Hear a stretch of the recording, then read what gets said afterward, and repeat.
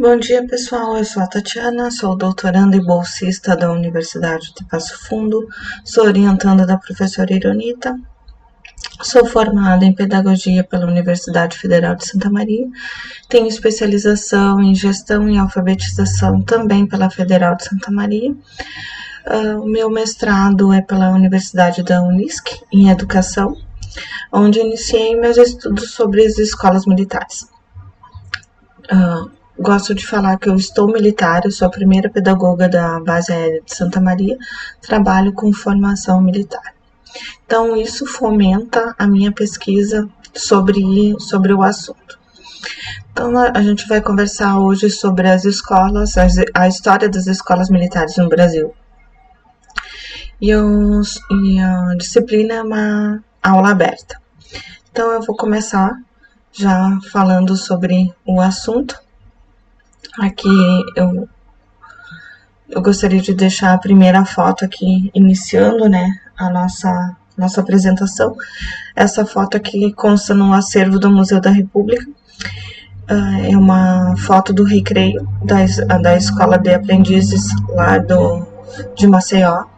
Então, gostaria que vocês observassem a questão do uniforme, o posicionamento, né, e tudo que eu vou trazer um pouquinho durante a apresentação. Então, vocês podem notar o que era iminente na época e o que era cobrado, o que era visto nesse momento aí da história do Brasil.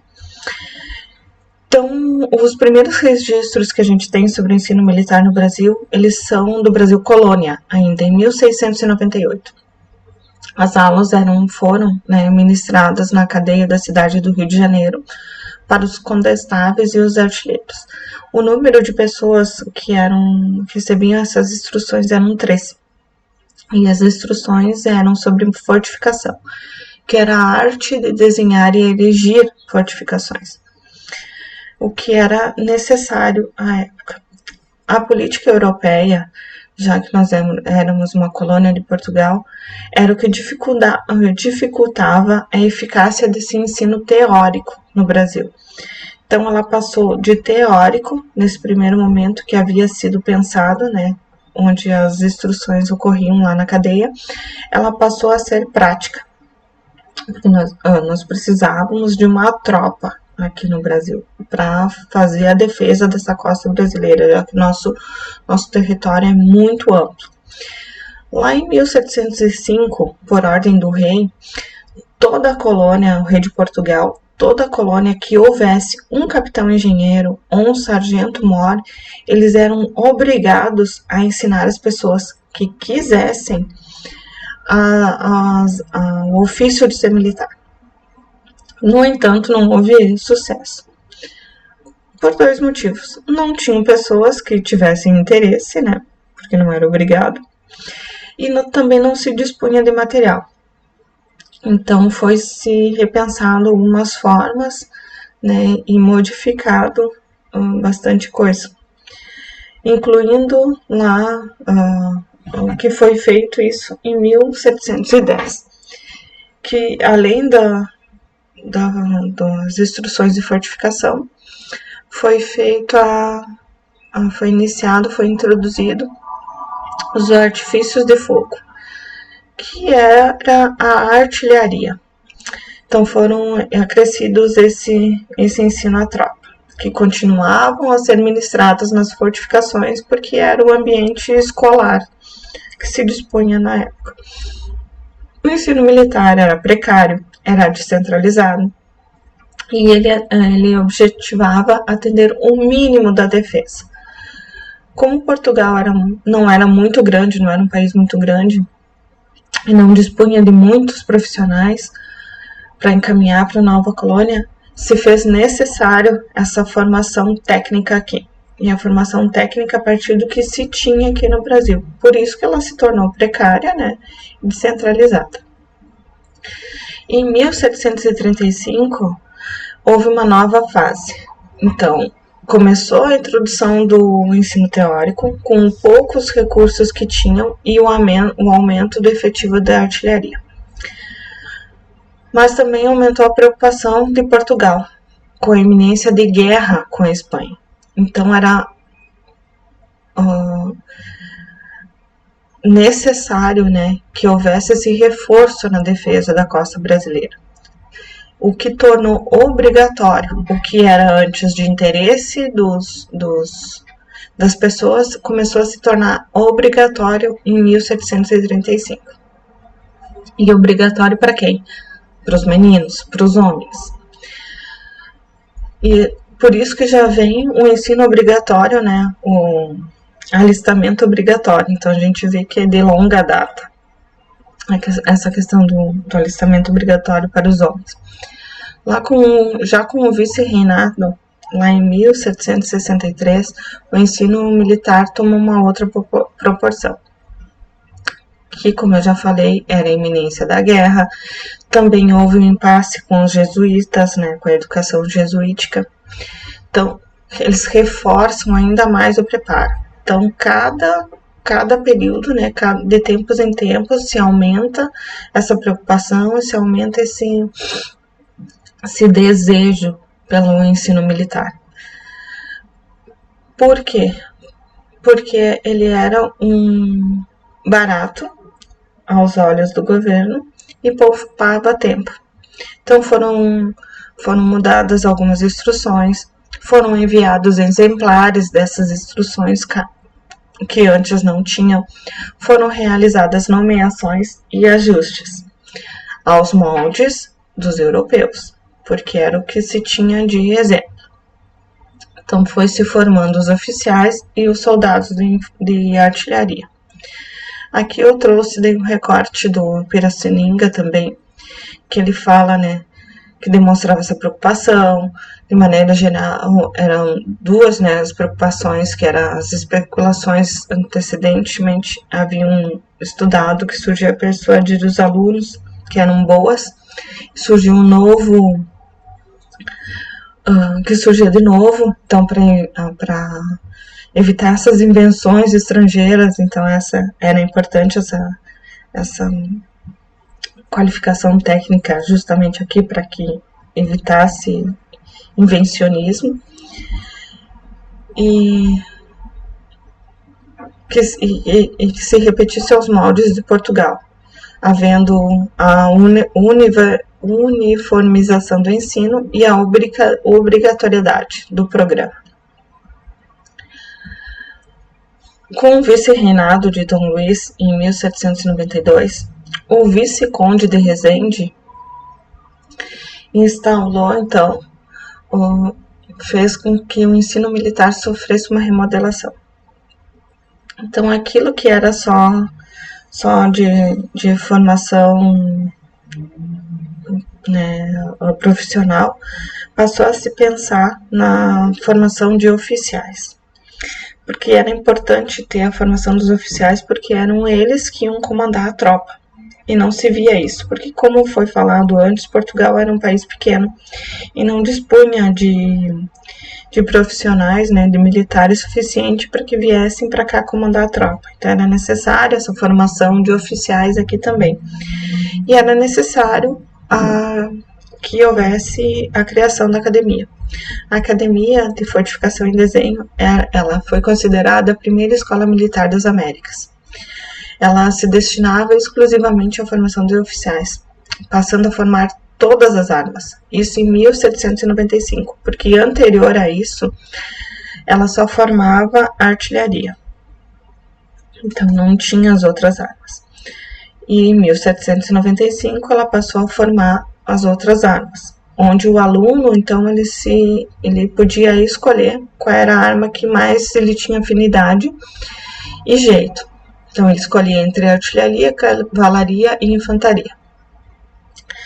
A edificação, né, como aparece ali na primeira foto, é de 1822, que foi terminada a construção dela. Atualmente, ela é a Academia das Agulhas Negras.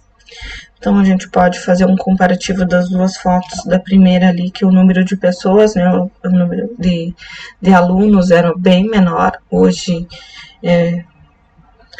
triplicou, quadruplicou o número de interessados a tornar-se oficiais, e aparece também o decreto de 1835, onde fomenta aqui, instaura o estatuto da academia. Aqui também aparece o decreto de 1839, dando nova organização à academia militar, que era como ela ia se propor, né, os regulamentos da escola, como todo o funcionamento, além do estatuto. Todos esses documentos vocês podem encontrar no acervo da Câmara dos Deputados. Ele está separado por ano lá, então é de fácil acesso. Aqui também eu consegui encontrar no mesmo acervo o manual da escola militar de 1824, porque no mesmo tempo, e embora haja pouca publicação, no mesmo tempo que havia a necessidade de formar oficiais, também era necessário que houvesse uma escola para os filhos desses militares, os filhos dos militares que estavam vindo de Portugal. Então era necessário isso, que se disseminasse, né, se desse continuidade a essa educação e que desse funções para essas crianças, né? Então, com isso foi criada a escola militar. E aqui a gente tem nisso, né, bem claro que além da preocupação com a profissionalização da mão de obra, que era algo bem importante à época, que o país estava em plena expansão e precisava dessa formação de profissionais. E além de tirar as crianças da rua, da ociosidade. No mesmo tempo, foi também criado a escola de aprendizes. Então, nós tínhamos a escola militar, que era para os filhos dos militares, e nós tínhamos as escolas artífices, que era para os menos favorecidos. Eu não encontrei, né, nos textos que eu li e nos livros que eu encontrei, o que era considerado os menos favorecidos da época. Quais eram os critérios de seleção, como que era feita essa parte. Então, vou ficar devendo nesse sentido, porque eu ainda estou pesquisando sobre o assunto, ele é muito vasto, ainda tem muita coisa a se pesquisar, tem pouco material, então tem que fazer um garimpo, um filtro bem grande, assim, uma pesquisa bem intensa para conseguir encontrar o material. Não há muitos registros.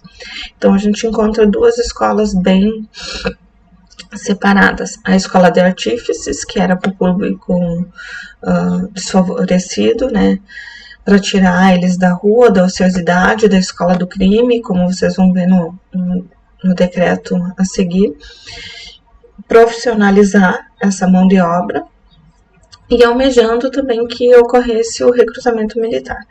Então, era para os meninos brasileiros entre 10 e 17 anos. Aqui a gente vê, então, esse decreto, onde já instaura, né, a escola de aprendizes com intuito profissional e primário. Aqui a gente vê, então, uma das primeiras salas de aula dessas escolas de aprendizes, que é o que mais tem, o que mais aparece registros são delas, não da escola militar, que vocês vão ver aí, que eu vou colocar depois, mais adiante. Então, aqui são os registros das salas de aula, das escolas de aprendizes do Ceará, que foi a que eu encontrei, que é a formação de militar de novos tripulantes dos navios de guerra. Então, a escola de aprendizes do Ceará, ela visava essa formação. Ela tinha a parte toda militar, mas também tinha a parte lúdica. Então, visava muito, assim, o ensino militar, tratar do corpo, da mente, né, e do lazer, assim. Então, tinha a parte de instrução, tinha a parte de educação física, né, da atividade ao corpo, e a parte da lúdica, bem como profissionalizante. Eles passavam o dia todo na escola, né, tinha um uniforme, alimentação, que é o que vai aparecer aqui a instauração das outras escolas. Então a gente vê uma ramificação muito grande nesse período de 1840 até 1861 de expansão de todas essas escolas aprendizes no país todo. Aqui eu consegui algumas fotos, todas do acervo do Museu Nacional. Então aqui elas foram criadas, né? Então de 1840 até 1909, elas foram se expandindo. Essa primeira aqui, até a edificação é de 1534, né? Que é a Escola de Aprendizes, que aparece. Então, tem algumas lacunas na história que que nos deixam a questionar, né, sobre isso, se ela foi realmente criada só em 1840 ou se realmente ela aconteceu em 1534, que é o que data ali a foto, embora as vestes não condizem, né, com a data que diz, então muitas coisas deixam a desejar nessa questão da história. Aqui, então, são as fotos a partir de 1909, essa aqui do Rio de Janeiro, que ela, como eu já disse, ela visava proporcionar oportunidades de trabalho para os jovens das classes menos favorecidas. Então, ela vai se expandindo no Brasil todo, Manaus, na Bahia, né, em Sergipe, no Paraná, Santa Catarina, Fortaleza. Eu não encontrei de São Paulo, não encontrei de Porto Alegre, né, do Rio Grande do Sul, embora nas publicações apareça, não encontrei foto do local. Aqui daí o decreto, né, como eu comentei, lá que tinha as escolas de aprendizes, também tinha as escolas para os filhos dos militares. Então aqui tem o decreto, né, registrando realmente que isso aconteceu, que era para os filhos legítimos, né, dos capitães e oficiais subalternos do Exército, preferindo aos órfãos e os mais pobres. Então, se vê bem essa questão de assistencialismo nos dois tipos de escola, tanto no colégio militar quanto na escola de aprendizes. Visava bem isso, essa questão de assistencialismo, paternalismo, né, que ocorria. Aqui, então, tem o registro, né, fotográfico da escola militar, o colégio militar que foi criado, embora o decreto apareça ali, o primeiro decreto em 1840, não se tem muito registro dele, só depois disso que aparece em 1889 a Escola Militar do Brasil, que atualmente é a Escola Militar do Rio de Janeiro, que então era a escola destinada aos filhos dos militares. Aqui hoje a gente vê os colégios militares, como ele expandiu no país todo. Eles são um número de 12 instituições, abrangindo 14 mil alunos, estão espalhados pelo Brasil inteiro, em quase todas as regiões, né? A gente vê. Eu trouxe algumas fotos também da estrutura física dos colégios e da questão do uniforme, que segue a padronização de uniforme em todo o país, né, de cor e modelo. Aqui mais algumas fotos, né, dos colégios militares. Juntamente com isso, a gente vê, né, eles se mantêm até hoje, os colégios militares em todo o Brasil. E a gente vê bem claro também que em 1960, juntamente com essa ideia de assistencialismo e as questões sociais, a Força Aérea, que é onde eu atuo, o Comando da Aeronáutica, ela mantém 3 escolas dentro do seu organograma, que é a Escola Tenente Rego Barros, localizada no Pará, em Belém, o Colégio Brigadeiro Newton Braga, que está localizado no Rio de Janeiro, e a Escola Caminho das Estrelas, que é localizada em Alcântara. Então, além das escolas artífices e escola de aprendizes, lá que ocorre na colônia, na República e na Nova República, também tem as outras escolas. Então, as escolas militares, as escolas cívico-militares, que é o que eu entendo que são as escolas de aprendizes e essas escolas assistenciais, elas vêm desde da colônia. Então, ela não é um estudo, não é algo novo que veio à tona em 2020. Ela sempre esteve presente, né? Ela sempre esteve dentro da nossa história. Ela fica por muito tempo dormente, né? Adormecida dentro dos organogramas e dentro da visão de educação, mas ela está em pleno funcionamento, isso ainda ocorre, essas atividades, e de tempos em tempos, né, praticamente de século para século, ela aparece nos planos de governo. Aos mesmos moldes dessa questão assistencialista e dessa questão de dupla gestão, nós temos aqui no Sul as escolas, os colégios Tiradentes da Brigada Militar. Com certeza vocês já devem ter ouvido ou um vago momento já ter percebido, porque elas estão espalhadas em todo o Rio Grande do Sul. Elas têm a metodologia de gestão compartilhada entre a Brigada Militar, né, a Secretaria de Segurança e a Secretaria de Educação.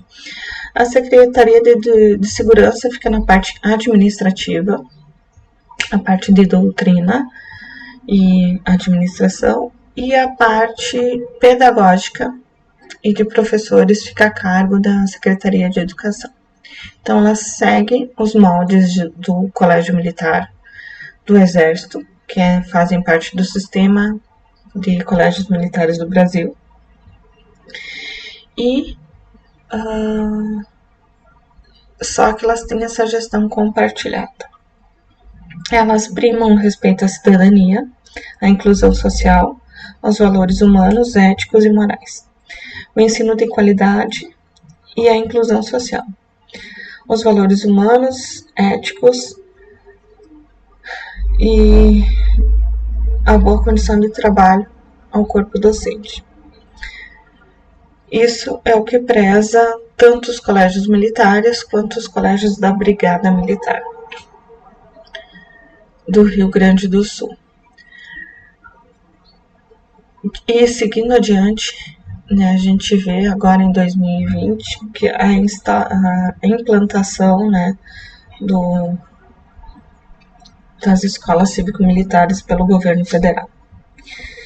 Então, a gente percebe que ao longo de todo esse tempo, desde 1698 até hoje, que ela mantém um padrão, né, as escolas, que é a questão do assistencialismo, a questão do protecionismo, né, a questão do fortalecimento da soberania do país, e envolvendo a educação de qualidade.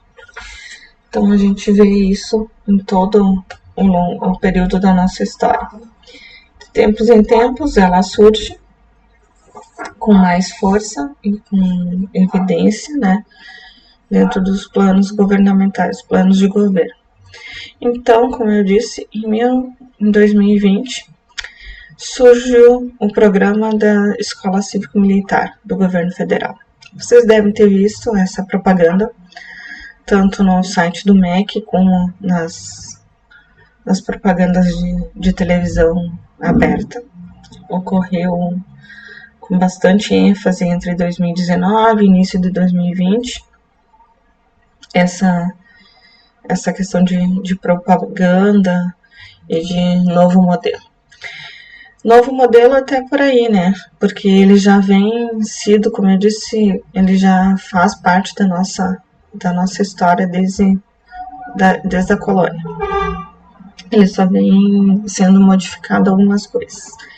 As escolas cívico-militares, elas têm um ideal de gestão compartilhada, sendo administradas pela Polícia Militar e pela Secretaria de Estado. Aqui eu coloquei a Secretaria de Estado de Goiás porque é o que foi usado como modelo, mas vai ser a Secretaria de Estado do local, né, do Estado, juntamente com o MEC. Então, ele aparece nesse formato dentro do site do MEC. Se vocês quiserem fazer a consulta, ela tem um site específico que é escolacivicomilitar.mec.gov.br.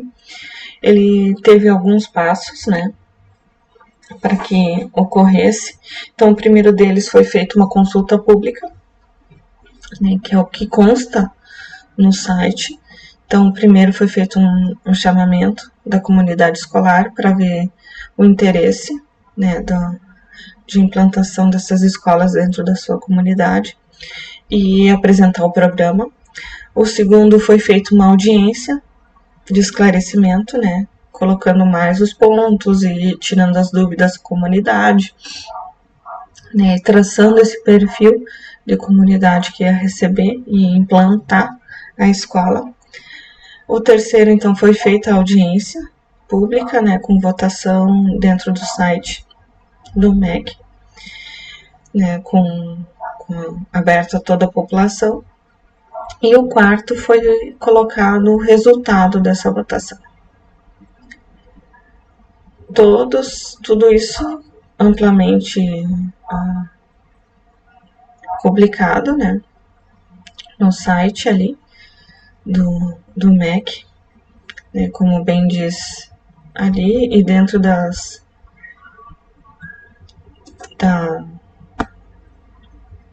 do programa. Então, alguns critérios que foram usados foi a questão da vulnerabilidade social dentro da comunidade e a qualidade do ensino. Então, as escolas que aderiram ao programa, né, depois de toda essa consulta pública, a votação, o perfil de escola, seguindo a vulnerabilidade social, qualidade de ensino, foram essas aqui. Aqui no Rio Grande do Sul, então, foi escolhida as cidades de Alvorada, Caxias, Alegrete e Uruguaiana, né, que foram escolhidas para iniciar a implantação das escolas cívico-militares. Dentro ainda do site do MEC, tem algumas questões que cabe salientar e colocar aqui, que eles deixam bem claro o tempo todo, né, de colocar se todos os estados poderiam aderir, quantas escolas podem fazer parte, né, a ideia é até 2023, 216 escolas sendo implantadas em todo o país, com intenção de ser 54 escolas por ano, até o final do atual governo. Outra questão que eles colocam assim, qual é a função, né, do militar dentro da escola? Então, ele vai atuar em colaboração nas áreas de gestão e gestão educacional, a fim de contribuir com a melhoria desse ambiente escolar. Que, como eu falei, a questão de adesão dessas escolas foram consideradas a partir da vulnerabilidade e violência na comunidade. E também a qualidade do ensino, né? Porque visa toda essa questão das escolas cívicas, visam índices, né? Melhorar os índices da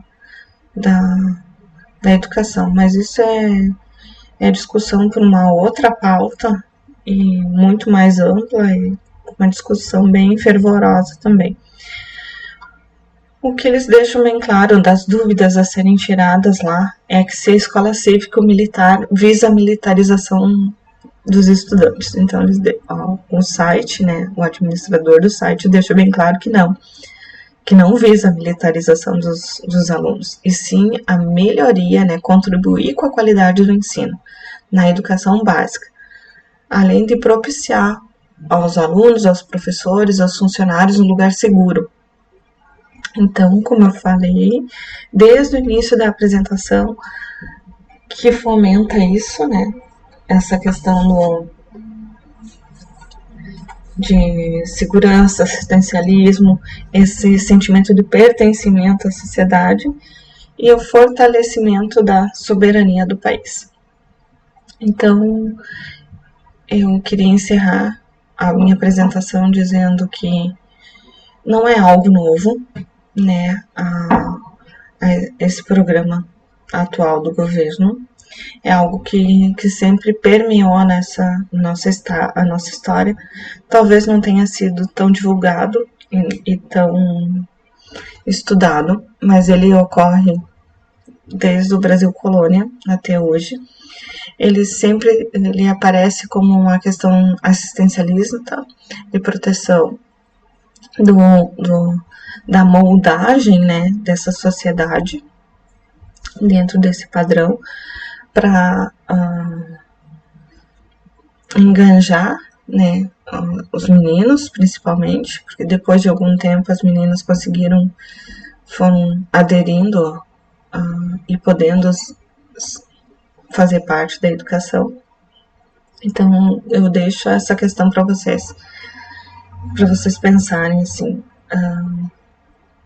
que não é algo novo, que sempre teve aí, e que nós tivemos momentos de dormência. E por qual motivo, de tempos em tempos, ela vem à tona. Então, eu gostaria que vocês pensassem sobre esse assunto. E me coloco à disposição para conversar um pouco mais sobre isso. Nosso tempo é curto aqui para discutir com um assunto bem denso e bem longo, mas me coloco à disposição porque é um assunto que me interessa bastante e que eu pesquiso. Vou deixar algumas referências do que eu consegui encontrar sobre o tema. Muitos dos decretos foram encontrados dentro do site da Câmara. Tem bastante coisa no site do Exército. Tem também o Piratininga, que fala muito, é algo que eu ainda estou estudando bastante. E deixo o meu contato aqui para caso vocês queiram enviar perguntas, dúvidas ou trocar texto, alguma coisa. Então, deixo isso para vocês. Gostaria de agradecer, né, a atenção e me colocar à disposição para qualquer dúvida. Muito obrigada. Espero ter te contribuído com a aprendizagem, né? E com essa troca de ideias. Nossa, aqui. Muito obrigada e boa tarde para todos. Até mais.